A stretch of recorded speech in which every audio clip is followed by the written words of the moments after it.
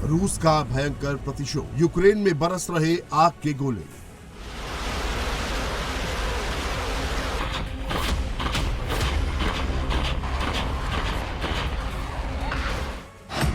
Berlin piece summit में क्या हुई बात?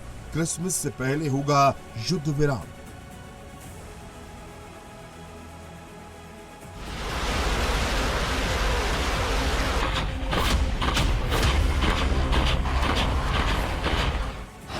एक तरफ बर्लिन में रूस यूक्रेन शांति पर बात हो रही थी। अमेरिकी राष्ट्रपति युद्ध खत्म होने के सबसे करीब होने का दावा कर रहे थे।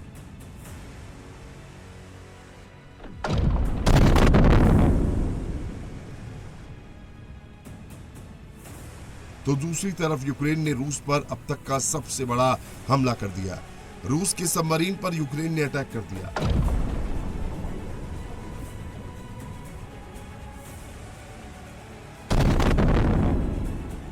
यूक्रेन ने अंडर वाटर ड्रोन अटैक से रूस की एक अत्याधुनिक पनडुब्बी को तबाह कर दिया और उसकी गवाह ये तस्वीरें हैं। यूक्रेन ने दावा किया कि पहली बार है जब किसी पनडुब्बी को ड्रोन के जरिए तबाह किया गया।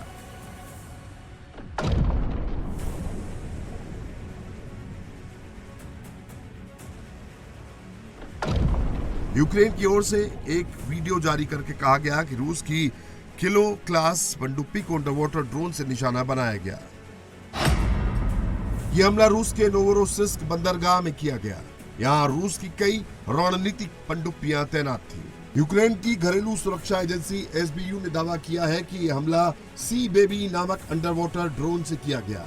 ड्रोन हमले में रूस की अत्याधुनिक वर्षा व्यंका किलो क्लास सबमरीन पूरी तरह से तबाह हो गई और अब उसे दोबारा ऑपरेशनल बनाना बेहद मुश्किल होगा। इस हमले से रूस को बड़ा नुकसान हुआ है। किलो क्लास की सबमरीन बनाने में करीब $500 बिलियन का खर्च आता है।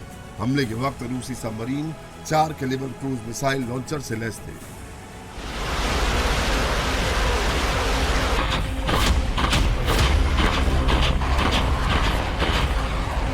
यूक्रेन का दावा है कि रूस इन्हीं कैलिबर क्रूज मिसाइल लॉन्चरों के जरिए यूक्रेन में तबाही मचा रहा है। यूक्रेन के शहरों और इंफ्रास्ट्रक्चर को टारगेट करके ताबड़तोड़ हमले कर रहा था।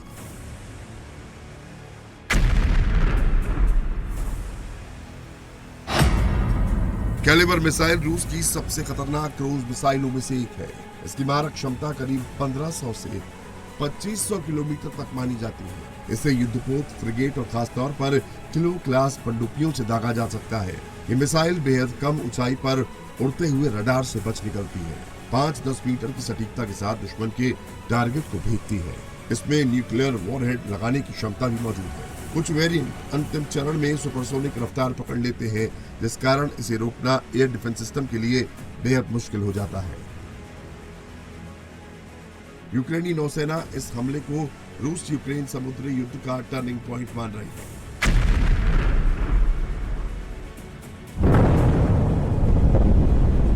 क्योंकि पनडुब्बी जैसे लक्ष्य को निशाना बनाना बेहद कठिन होता है।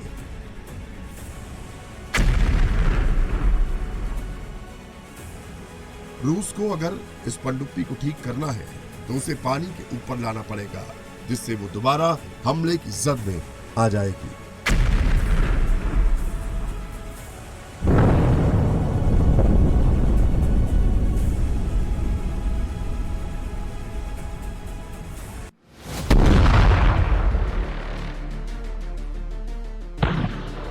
यूक्रेन ने यह हमला ऐसे वक्त किया है जब अमेरिका, यूरोप और यूक्रेन के अधिकारी बर्लिन में रूस यूक्रेन युद्ध खत्म करने के फॉर्मूले पर बातचीत कर रहे थे।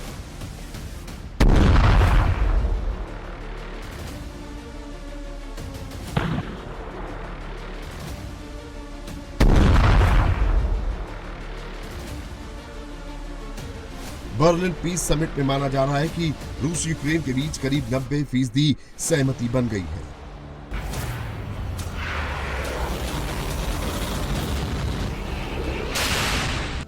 यूक्रेन के राष्ट्रपति ज़ेलेंस्की ने सुरक्षा की गारंटी की शर्त पर नाटो की सदस्यता वाली जिद छोड़ दी है।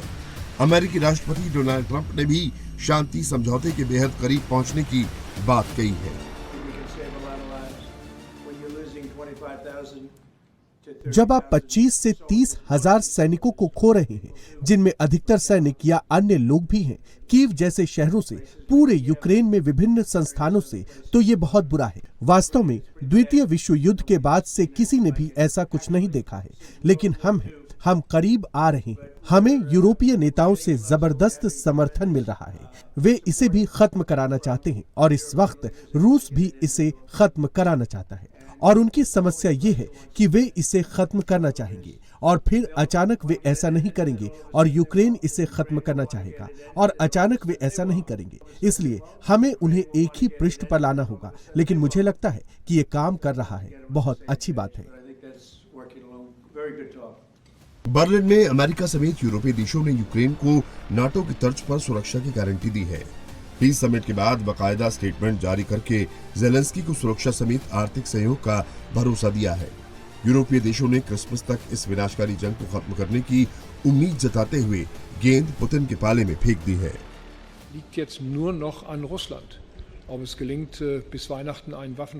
अब ये पूरी तरह से रूस पर निर्भर करता है कि क्रिसमस तक युद्ध विराम हो सकता है या नहीं। मैं इस अवसर पर रूसी सरकार और रूसी राष्ट्रपति से वास्तव में जोरदार अपील करना चाहता हूं कि कम से कम यूक्रेनी लोगों को क्रिसमस पर आगे की बमबारी और मिसाइल हमलों से अछूता छोड़ दें, जिन्होंने हाल के हफ्तों और महीनों में लगभग विशेष रूप से नागरिक बुनियादी ढांचे, किंडरगार्टन, अस्पतालों और ऊर्जा आपूर्ति सुविधाओं को लक्षित किया है। ये नागरिक आबादी के खिलाफ आतंक है।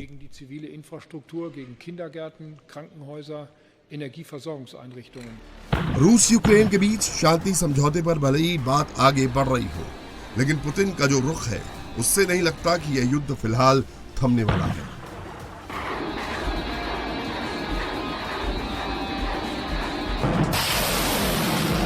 यूक्रेन के मिलिट्री ठिकानों, एनर्जी इंफ्रास्ट्रक्चर समेत पावर स्टेशनों पर ताबड़तोड़ प्रहार हो रहा है।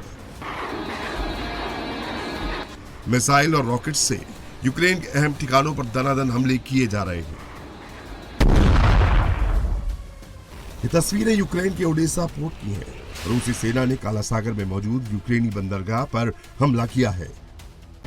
रूसी हमले से ओडेसा पोर्ट पर भी बड़ा धमाका हुआ है, जिससे यहां मौजूद तुर्की के 4 जहाजों को भारी नुकसान हुआ है।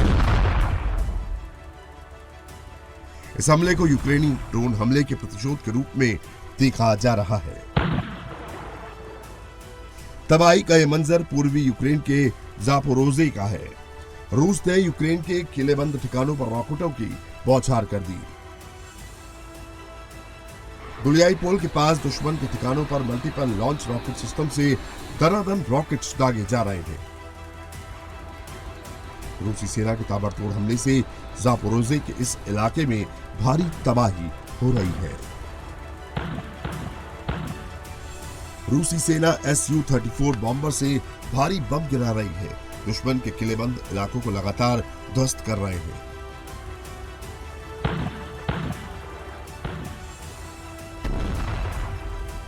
Su-34 बॉम्बर दुनिया का सर्वश्रेष्ठ बॉम्बर है और ये यूक्रेन में भारी तबाही मचा रही है।